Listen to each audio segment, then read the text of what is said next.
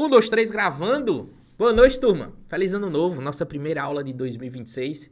PL mais uma vez com vocês, seu velho amigo, há vários anos, toda semana ao vivo com vocês, sempre se atualizando, sempre trazendo coisa nova, sempre trazendo reatualizações, conceitos, relembrando muita coisa, revisando. Ser médico é uma tarefa que nunca acaba em relação ao estudo, então faz parte, né? Ao seu ofício. Então é isso. Hoje a gente vai falar um pouco sobre o algoritmo de manejo da via aérea. Então, as decisões no manejo da via aérea, elas são cruciais para que você consiga ter um melhor desfecho. A sequência que você vai utilizar, quando você vai decidir pausar aquela laringoscopia para ventilar o paciente com bolsa válvula máxima, inserir uma laringe ou hipacríaco, em que situação você precisa fazer um ou outro, quando é que você considera... Então, assim, são muitos questionamentos que nessa parte do algoritmo a gente tem que fechar esse raciocínio para quando chegar na prática a gente não ter muita dúvida, tá? Beleza. Esse algoritmo é o mesmo algoritmo que eu utilizo no TRIO, que é o treinamento realístico de intubação orotraqueal, como está na camisa aqui, que é o nosso treinamento realístico em cadáveres aqui em Recife, Pernambuco, que irá para a nossa quarta edição agora. Já tem bastante gente, esse segundo lote também já está basicamente esgotado. Vem gente de todo canto, como sempre, agora vem gente de Goiás, vem gente de todo canto, né? É um treinamento bem realístico, digamos assim, como o próprio nome já diz. Então, esse algoritmo que eu vou apresentar para vocês é o algoritmo que eu utilizo no nosso TRIO. Beleza? Tranquilo, deixa eu ver quem é que está online aqui já. Além das pessoas que eu falei, Marcela, grande Marcela, Valcineide. Marcela, você vai participar do TRIO, né? Não é isso? Valcineide. Tem mais alguém aqui que vai participar do TRIO, fora a Marcela? Maria Clara, vai. Se sim, dá o joinha. Já conseguiram ver as aulas? Alguma aula em Marcela? Ou não? Pô, PL, tá complicado ver aula, velho. Quando chegar mais perto eu vejo, ó. Todo mundo diz isso, né? Pô, PL, quando chegar mais perto eu dou uma olhadinha na aula, pô. Beleza. Tranquilo. Vamos nessa então, vamos revisar. Dar uma revisadinha. Não consegui terminar o contato com a equipe. Uai. Tô sem microfone. Beleza. Tá, depois me dá um toque no zap pra gente entender melhor essa situação, tá? Você pode mandar mensagem pra mim, que aí eu vejo como é que a gente faz. Mas depois da aula. Vamos lá. Então vamos lá. Sobre o algoritmo. 1, 2, 3, play. Vamos nessa. Está na sua tela agora o algoritmo do TRIO para o manejo da via aérea. Veja. De maneira geral, turma, nós temos duas situações quando a gente pensa em intubar um paciente. Ou ele está numa situação em que você precisa de uma abordagem imediata daquela via aérea, menos de 3 a 5 minutos, você já tem que intubar aquele paciente em algumas situações. Eu vou exemplificar quais situações são essas, as principais. E existem outras situações que você tem um tempo para otimizar a fisiologia desse paciente para depois intubar. PL, o que seria otimizar a fisiologia e quais são as situações em que eu não tenho tempo para otimizar essa fisiologia? Eu vou falar de tudo isso agora. Vamos lá. Primeiro ponto é tempo acima de 10, 15 minutos é suficiente para você otimizar a fisiologia do paciente. Mas em algumas situações você não vai ter tempo. Então você vai ter que meio que intubar de supetão sem preparar nada. Geralmente essas intubações giram em torno dessas indicações aqui. O PCR iminente, o paciente já engaspe, aquela respiração agônica, ou uma obstrução aguda grave de via aérea, seja ela superior ou inferior. Então, queimadura de via aérea com estridor laríngeo aparente, com aquele paciente que queimou via aérea que está com escarro carbonáceo, que já está com edema de língua, já está começando a ficar com aquela voz de batata, a voz meio abafada, né? Então, lembre-se, queimadura de via aérea. Se você tem indício de queimadura de via aérea, você direto já vai intubar o paciente, mesmo que ele esteja saturando bem, mesmo que ele não esteja com dispneia, porque a queimadura de via aérea ela evolui muito rápido para edema da região superior da via aérea, causando estridor e, consequentemente, obstrução grave. Você não consegue fazer mais nada depois, não ventila, não intuba, não passa laríngea, e até para fazer crico é difícil porque começa a inchar tudo, tá? Então, intuba logo. Isso, inclusive, caiu na minha prova do ATLS, quando eu fiz. Eles tentaram botar uma pegadinha nessa questão, mas assim, é uma coisa bem batida. Trauma de face com velha colabada, outra coisa, anafilaxia com edema biglote. Isso aqui é uma ressalva que eu tenho assim. A anafilaxia, ela tende a responder rápido com adrenalina. Aquela anafilaxia que não respondeu com adrenalina, não tem jeito, tem que entubar. Outra situação, hipoxemia crítica mesmo sobre alta FiO2. Um exemplo, olha pra mim. Tu tá no plantão, o paciente tá em insuficiência respiratória, seja por qual motivo for, que a gente não lembra, não sabe, enfim. O cara tá saturando 60%, 50%. Numa FiO2 alta, mascando um renalante 15 litros por minuto, ou flush rate, ela todinha aberta, o cara já tá na avenida e desaturando. Pressão tá boa, oxímetro tá bem acoplado, realmente é a saturação que tá baixa. Você viu que não tem pneumotórax, nada que você consiga fazer rápido, descomprimir ali, coisa do tipo, para voltar à saturação, então você precisa intubar, e é uma intubação muito rápida. É uma intubação que você precisa ser rápido e já garantir a via aérea. Então, existem outras situações, broncoaspiração maciça, muita secreção na via aérea, então são situações que a gente não tem tempo, além de outras, tá? Vamos lá. Nessas situações que a gente não tem tempo, que tem que ir direto, chegar e pum, entubar o paciente, já separar o material, puxar drogas e vai. A gente tem um tipo de fluxo, tá? Que é diferente para pacientes que têm tempo para otimização fisiológica. Tu vai me perguntar, Marcela, Clara, olha para mim. O que é uma otimização fisiológica? Vamos lá. Uma otimização fisiológica é, basicamente, otimizar a hemodinâmica, seja com volume ou droga vasoativa, antes da intubação, obrigatório. Uma boa pré-oxigenação de maneira adequada antes da intubação. Corrigir acidoses antes da intubação. Descomprimir pneumotórax ou esvaziar a CIT antes da intubação. Então, são condições que você otimiza o pós-procedimento se você fizer agora, tá? Por quê? Se você intuba um hipotenso e você sabe que no pós-intubação ele evolui, viu, Denise? Com hipotensão, se você intuba um hipotensão, ele vai parar, isso é claro. Se você intuba um cara que está com hipóxia sem pré-oxigenar, pode ser que na hora da indução da apneia ele pare, porque ele já está com hipóxia. Se você intuba você vai intubar um paciente com acidose muito grave, pH 7,2, 7,1, e você induz a apneia faz com que o cara pare de respirar, para de puxar O2, entre em anaerobiose, piora a acidose, vai parar por acidose. Então, toda a otimização fisiológica, ela é essencial para o sucesso da intubação. PL, onde é que eu aprendo a otimização fisiológica? Pessoal, deixa eu ver quem é que tá aqui na aula agora. PL, onde é que eu aprendo? Eu vou falar agora para Alan, Denise, eu vou deixar de fora por enquanto. Mas, vamos lá. Denise, Rita e Valcineide vão ficar de fora porque não estão sem acesso à plataforma. Mas eu posso colocar essa aula depois no YouTube. Mas Alan, Lucas, Marcela, Maria Clara, Renata. Tem uma aula chamada Via Aérea Fisiologicamente Difícil lá na plataforma. Você só é clicar lá, aperta na lupa e digita Via Aérea Fisiologicamente Difícil. Vai aparecer uma aula. Velho, essa aula é extremamente importante. Por quê? Porque essa aula, ela evita com que parte grande das PCRs que ocorrem nesse processo de intubação ocorram. Ela evita isso daí, tá? Então, tem que saber fazer essa otimização fisiológica. E para quem não está na comunidade, falo com Rita, Valcineide, Denise, eu vou colocar essa aula hoje no YouTube e vou jogar lá, tanto essa aula de hoje, de agora, quanto a aula da Via Aérea Fisiologicamente Difícil. Eu vou colocar tudo junto, vou ver se eu consigo colocar tudo junto no YouTube em uma aula só para vocês assistirem. Velho, isso é muito importante. Muito, muito, muito, muito importante. Beleza? Se todo mundo entendeu, dá um joinha, dá um legalzinho, dá um ok pra gente continuar. Bora e deixar de caqueado, deixar de conversa. Nós, né? Vocês entenderam? Dá o joinha aí. Bora, meu povo. Estão com preguiça, é? Tu já assistiu, Lucas, a aula da Via Aérea Fisiologicamente Difícil?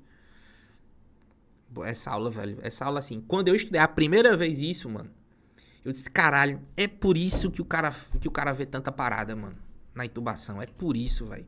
E aí você muda de patamar no manejo da via aérea, assim como essa aula de agora. Mas bora lá, bora pra prática, beleza. Se você tem situações como essa, Lucas, por exemplo, de você ser forçado a agir, você tem duas opções. Ou a laringoscopia é viável, ou seja, ou o paciente ele tem uma situação em que a laringoscopia dele, você consegue desenrolar, por exemplo, Por exemplo, deixa eu centralizar melhor isso aqui. Centrar aqui, ok. Por exemplo, é um paciente que não tem nenhuma obstrução grave de via aérea, que não está com sangramento digestivo alto, que não tem uma lesão tumoral no pescoço gigante ou na boca gigante. Então, assim, a laringoscopia daquele cara é viável. Ponto. Certo? Ok. Ou não é viável. Vamos supor que o cara tem um tumor de cavidade oral em que a laringoscopia não é viável. Então, você está numa situação, vamos recapitular, de que a PCI, de que você não tem tempo para otimizar a fisiologia do cara e que a laringoscopia dele não é viável. Não tem como fazer. O que é que você vai fazer? Ou você vai colocar a crico, vai fazer uma crico nele, ou você vai colocar uma máscara laríngea, isso se você conseguir. O que eu acho muito difícil, que se você não vai conseguir, laringoscopar ele, você provavelmente não vai inserir a máscara laríngea. Então, essa é uma situação que pode acontecer no plantão, certo? O cara que você é forçado a agir ali, não tem tempo para otimizar a fisiologia e o cara não tem laringoscopia viável. Você vai fazer crico ou vai para máscara laríngea. Essa é a primeira situação da via aérea, certo? Se você entendeu a primeira situação, digite número 1 no chat. Assim, ó, 1. Só isso, número 1. Eita, desfocou a câmera, fudeu. Olha pra cá. Foi. Beleza. Digita número 1. Que é a situação que você é forçado a agir, você não tem tempo para otimizar a fisiologia e a laringoscopia do cara não é viável, por N situações. Então, você vai fazer crico ou máscara laríngea. Ponto. Certo? Se você entendeu, digite número 1 no chat. Beleza.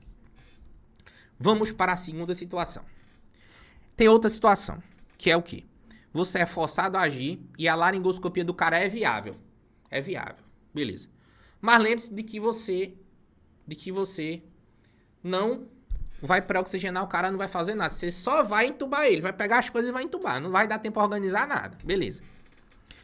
O que é que eu preciso lembrar? Primeiro ponto é, eu vou escolher ou a sequência rápida de intubação, ou vou escolher Kolbe. Qual a diferença? A sequência rápida de intubação é um hipnótico seguido de um bloqueador neuromuscular. Ou eu faço isso, e faço a intubação, ou eu faço Kolbe, que é Ketamine Only Brief Intubation, que é intubar só com uma dose de cetamina. Isso faz com que o cara preserve o drive respiratório, não faça apneia e você consiga intubar ele. Desvantagem é que você, como não tem bloqueador neuromuscular na Kolbe, a sua laringoscopia e intubação fica um pouco mais difícil. Consequentemente, tu tem que ficar mais ligado. Porém, o cara não para de respirar. Então, em situações de, por exemplo, de via aérea muito difícil, tem vários preditores de via aérea difícil, ou o cara tá com hipóxia ou uma acidose muito grande, que ele não tolera a apneia, você vai intubar só com ketamina. Vai usar Kolbe, certo? Doses, essas coisas aí, depois a gente fala. Não é o intuito da aula. O intuito da aula é te dar um raciocínio, certo? Eu preciso saber de vocês. Vocês entenderam por que é que eu vou usar a sua cetamina? Porque a cetamina, ela preserva o drive respiratório, o cara não vai piorar a hipóxia nem a acidose. E se o cara tiver preditor de viária... Ei, olha pra mim. Se o cara tiver preditor de viária difícil e você bloquear ele, pode ser que você não faça nada, fudeu. Mas se você usa cetamina, ele tá respirando ali, tu vai dar uma olhadinha e tá... Porra, é difícil pra caralho. Mas ele tá respirando, porque eu fiz só cetamina. Certo? E se não tem nada disso, se não é uma hipóxia muito grande, uma acidose muito grande, ou não tem muito preditor de via aérea, uma via aérea que você julga ok, você faz sequência normal. SRI, sequência rápida de intubação, certo? Que foi justamente isso que eu coloquei aqui, ó. Dependendo dos preditores de VAD e via aérea difícil, sejam eles via aérea fisiologicamente difícil ou preditores anatômicos, né? De ventilação, de massa laríngea, de crico, você pode fazer a sequência rápida de intubação ou Kolbe e proceder com a laringoscopia. Lembrar de deixar o buge do lado, a máscara laríngea e o material de crico. Porque o problema não é não intubar. O problema não é não intubar. O problema é que você não intubou, não usou buge, não conseguiu intubar, né? Enfim, não ventilou com bolsa válvula máscara, não ventilou com a máscara laríngea e não fez crico. Uma dessas coisas vai ter que funcionar, meu amigo. Não tem muito mistério, não. Olha pra mim. Então, essa é a situação da laringoscopia viável, certo? E aí você vai ver em que situação você está dessas duas e vai intubar o cara. Vamos supor, PL, o cara tinha hipóxia e eu escolhi intubar só com cetamina. Ou o cara tinha acidose, eu escolhi intubar só com cetamina. Ou o cara não tinha nada disso, eu fiz sequência rápida de intubação e intubei. Intubei ele com sucesso, intubei. Passei tubo na corda vocal, insuflei. Ventilei ele com bolsa válvula mágica, auscultei epigástrio, tórax esquerdo, tórax direito, tá lá. Vou fixar o tubo e conectar no ventilador. Essa é a segunda situação, certo? Vamos voltar. A segunda situação é um cara que você precisa entubar ele rapidamente. A laringoscopia dele é viável. Eita, peraí, deixa eu um pouquinho aqui. A laringoscopia dele é viável, certo? Você fez uma sequência e entubou. Essa é a segunda situação. Se você entendeu a segunda situação, digite em número 2. 222 no chat. Bora. Aqui, ó. Aqui no chat. Eu não sei onde é. Se é aqui, se é aqui. Eu não assisto. Eu só gravo. Eu não assisto ao vivo, então nunca sei onde é o chat. Bora vocês que estão ao vivo aí. Vocês têm que falar, meu povo. 2026. Cadê a energia de vocês? Já começaram o ano cansado? Não é possível. Não é possível. Porque o PL já dei plantão de 24 no ano novo, 24 dia 31. Tô virado aqui, liso, papagaio, FIES. Aí o povo me aperreando achando que eu enriquei porque eu virei médico. É assim mesmo. Vamos embora. Grande José Ângelo. E aí, meu filho? Tranquilo? Vamos pro trio, né? Ok. Vocês entenderam, meu povo? Cadê o número 2? Só 3 pessoas botaram o número 2. Vocês estão almoçando nem jantando, não, é? Bora, meu povo. Vocês estão aqui ao vivo, tem que se empenhar, senão não dá certo, não. Senão não aprende. Bora, bora. Beleza? Então é isso. Vamos lá. Essa é a nossa segunda situação, certo? Ok. De volta para o nosso mapa. Tu vai dizer, PL, eu entendi. Tudo certo. Até aqui eu entendi essa segunda situação. Mas vamos supor que eu sou forçado a agir. A laringoscopia é viável. Eu escolho uma dessas duas sequências. Só que eu não consigo entubar. Eu caio na situação de viera falha. Que é o quê? Que é o quê? Resumidamente. Você tentou a primeira laringoscopia e falhou. Não fez a pré-oxigenação porque não deu tempo e falhou. Beleza. Então, uma laringoscopia sem pré-oxigenação, uma laringoscopia falha. Ou, quando você for entubar, o cara começou a desaturar rápido, sua via aérea falhou. Ou você tentou 2 laringoscopias depois de você ter pré-oxigenado. Nessa situação, você ainda deu tempo, o cara já estava pré-oxigenando, por exemplo, já estava lá e evoluiu com a urgência, com a emergência, mas ele já estava pré-oxigenando, ok. Então, nessas situações de você falhar, que resumidamente é, ou você não entubou o cara, não conseguiu, ou fez hipóxia na hora da intubação. Você falhou, certo? Ok. Você não conseguiu visualizar nada, não conseguiu passar o bujo, nada. Beleza. Essa é a nossa terceira situação. Certo? Que vai abrir para quarta, quinta, sexta. Beleza. PL, tô aqui. Fui forçado a agir, laringoscopia viável. Tô aqui com laringoscópio na mão, mas não tô conseguindo ver. E o cara começou a desaturar. Ou eu tô aqui, mas não tô vendo nada. Existem 2 situações que você vai ter que avaliar o que é que você vai fazer. Vamos lá. A partir daqui, você vai ter 2 opções. Primeiro, você acha que do ponto de vista anatômico, de preditores, etc., você consegue ventilar o paciente com ambu, com bolsa válvula mágica por 3 minutos? Ou você consegue ventilar ele ou não consegue, certo? Essa é a situação. Ponto. Certo? Então, quando você tá lá, laringoscopando, olha pra mim. Você tá lá, fez a medicação, tá lá na laringoscopia. Não conseguiu entubar, nem com buge, nem normal, nada. Aí, nessa situação que você tá, você acha que aquele paciente ali, você consegue ventilar ele bem ou não, certo? Vamos começar pela primeira hipótese de você não conseguir ventilar ele bem. Se você não ventila, não consegue fazer ventilação de resgate, você precisa fazer a crico nele, ou talvez, ou máscara laríngea, certo? Aqui não foi. Vou botar aqui. Máscara laríngea ou cricotireotomia. Lembrando que eu vou botar um asterisco aqui, por quê? Porque a máscara laríngea, lembrar que se você não tá ventilando, não consegue ventilar com ambu, talvez você não consiga com a máscara laríngea. Por isso que tem esse asterisco aí, você precisa pesar. Mas na situação que você não vai conseguir ventilar ele, nem de resgate, nem com máscara, vai para crico, certo? Ok. Mas vamos supor, galera, vamos supor que você consegue ventilar ele. É um paciente, não, pele, eu tava ventilando ele, eu consigo ventilar ele, beleza. Então você vai ventilar o paciente, certo? Por 3 minutos e tentar uma nova laringoscopia. É isso que você vai fazer, certo? O cara evoluiu com hipóxia lá, aí você, pô, vou ter que ventilar ele. Eu consigo ventilar ele? Consigo, vou ventilar. 3 minutos. Colocou lá, fez o C e o E, ou então coloca... Olha, presta atenção. Ou então a gente vai aprender tudo isso no trio, tá? Ou então pede alguém pra segurar em cima, duplo CE, ou então você faz o C e o E de um lado e ventila com a outra, tá? 3 minutos. Ok. Pra você tentar uma nova laringoscopia, certo? Beleza. Se você ventilou 3 minutos, conseguiu fazer uma nova laringoscopia, intubou, ok. Vai só agora para o cuidado pós-intubação. Mas vamos supor que você ventilou por 3 minutos e na nova laringoscopia você falhou. Se você falhou na nova laringoscopia, ou você vai fazer a crico no cara, ou você vai botar uma máscara laríngea. O que é que vai definir isso daqui? A anatomia da via aérea. Se você achar que consegue colocar uma máscara laríngea lá, a via aérea do cara é pérvia, superiormente é pérvia, então você coloca. Se achar que não, você faz a crico, certo? Beleza. Essa é a nossa terceira e quarta situação, resumidamente. Na verdade, essa aqui, ó. Terceira e quarta situação, certo?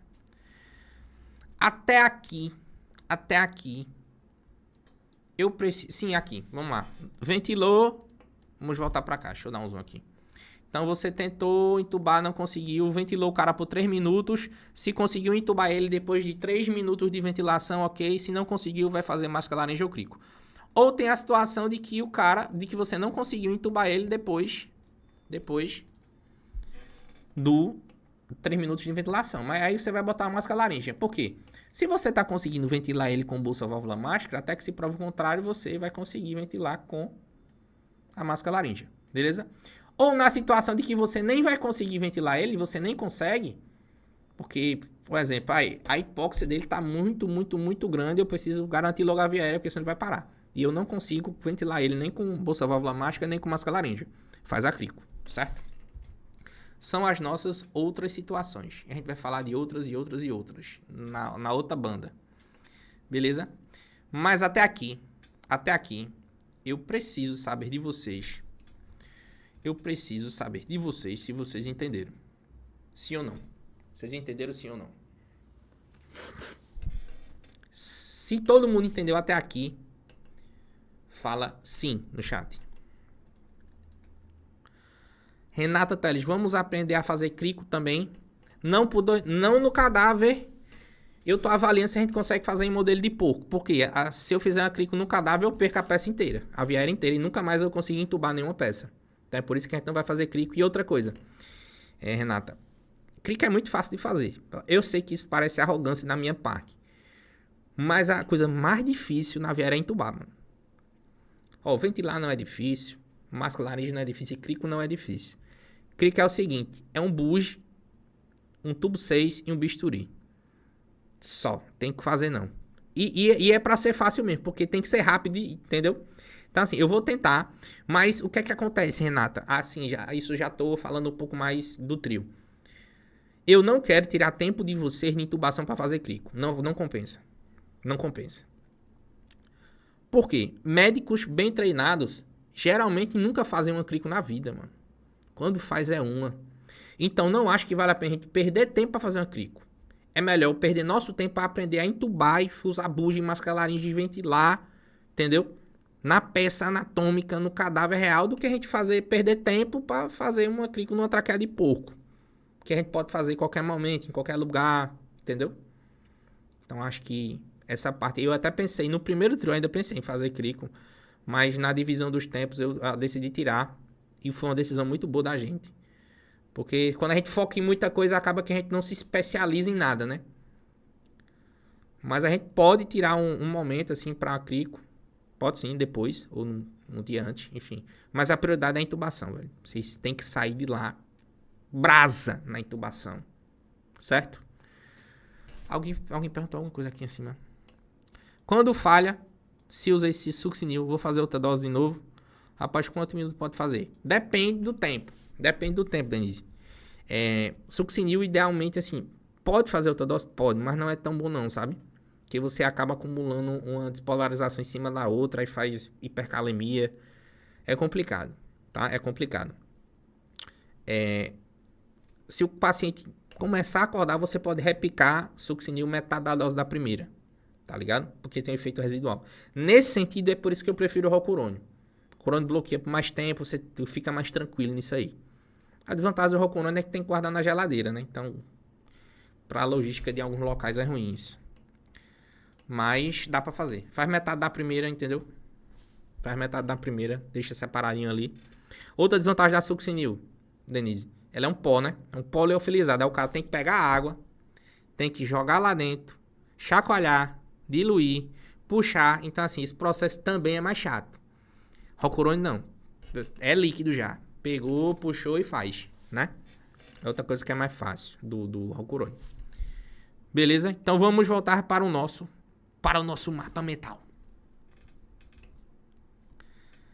Let's do this. Vamos para a situação de que nós, deixa eu tirar esse logo daqui, puxar para cá. Beleza. Ok. Então vamos para a situação agora de que eu tenho tempo para otimizar a fisiologia do paciente. Isso quer dizer o quê? Aqui eu vou repetir. Vídeo aula de via aérea fisiologicamente difícil, tá? Otimizar a hemodinâmica com expansão volêmica ou droga vasoativa, drenar pneumotórax, drenar ascite, compensar a acidose, entendeu? Tudo isso. Então, assim, se eu tenho essa situação de que eu tenho tempo, é mais fácil, não é isso? Então, até coloquei aqui, vídeo aula de via aérea fisiologicamente difícil. Então, o que é que eu vou fazer? Eu vou colocar o cara para pré-oxigenar, certo? 3 a 5 minutos em MNR, ou seja, máscara não renal flush rate. Para quem não tá ligado no que é flush rate, é o fluxômetro 100% aberto, tá certo? Ou VNI por 3 a 5 minutos. Vou fazer expansão volêmica ou droga vasoativa se for necessário, avaliar preditores de via aérea e corrigir a acidose. Fazendo tudo isso, eu consigo entubar de uma maneira muito mais tranquila, de uma maneira muito mais fácil ou menos difícil. Um conceito novo para vocês talvez seja a SPI, que é a sequência prolongada de intubação. PL, o que é SPI? É uma sequência, nada mais é do que o seguinte, olha para mim. Você tem uma situação, por exemplo, de um paciente que... Deixa eu cortar só para mim aqui. Ó. O nome já diz, sequência prolongada de intubação. Você vai fazer uma medicação antes de fazer o resto das medicações, certo? Ok. E é prolongada por quê? Porque demora mais tempo. E por que tem que demorar mais tempo? Tem que demorar mais tempo, porque se demorar mais tempo é o tempo de você pré-oxigenar o paciente. A sequência prolongada de intubação ela é utilizada em situações em que o paciente está agitado ou que tem algum distúrbio psiquiátrico ou está muito agitado e você está tendo prejuízo na pré-oxigenação. E a gente sabe que a pré-oxigenação é uma das etapas cruciais da intubação, assim como o posicionamento. Então, você precisa fazer uma medicação que pode ser Precedex ou pode ser cetamina, dose analgésica ali, até 1 mg quilo, você pode fazer, meio a 1 mg quilo, para fazer com que um cara relaxe um pouco e aí sim você consiga pré-oxigenar ele. PL, qual é a diferença? E olha para mim, Denise, Renata, todo mundo tá aí, ó. Qual é a diferença da dose? Isso eu vou falar também no curso, não se estresse. Mas tem nas outras aulas, acho que tem, isso deve ter umas 10 aulas aqui no conhecimento de emergência, no nosso curso. A diferença de dose da cetamina COUB, utilizar só ela para intubação, para outra sequência prolongada de intubação, porque a sequência prolongada de intubação é basicamente a metade da dose da COUB. A COUB a gente usaria uns 2 mg quilo, certo? Pum, vai fazer o 2 mg quilo de cetamina. Para intubar só com cetamina, como medicação única. Ok. Na sequência prolongada, você faz uma dose de meio a 1 mg quilo de cetamina e vai deixar o cara pré-oxigenando. E quando você for intubar ele, você vai fazer uma nova dose de cetamina, COUB, 2 mg quilo, ou você faz uma sequência rápida de intubação dele. Entendeu? Essa é a diferença. Na verdade, a sequência prolongada de intubação nada mais é do que você fazer uma sedação leve antes pro cara relaxar e você conseguir pra oxigenar ele bem. Nada mais é do que isso, tá? Só pra vocês não se confundirem com esse conceito. Beleza? Se todo mundo entendeu esse conceito, digita OK no chat. O conceito da sequência prolongada de intubação. Se você entendeu, por favor, digite no chat. Por gentileza. Ok. Ok. Vamos lá.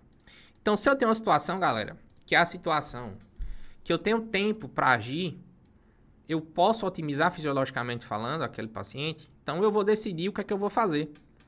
Se eu vou precisar fazer, se eu vou fazer a sequência rápida de intubação, tá? Se eu vou fazer a sequência prolongada para oxigenar ele aqui em cima, ó. Por isso que eu coloquei aqui em cima, porque a sequência prolongada de intubação, ela é uma sequência que você faz a medicação quando você está organizando, então é nesse período aqui da pré-oxigenação.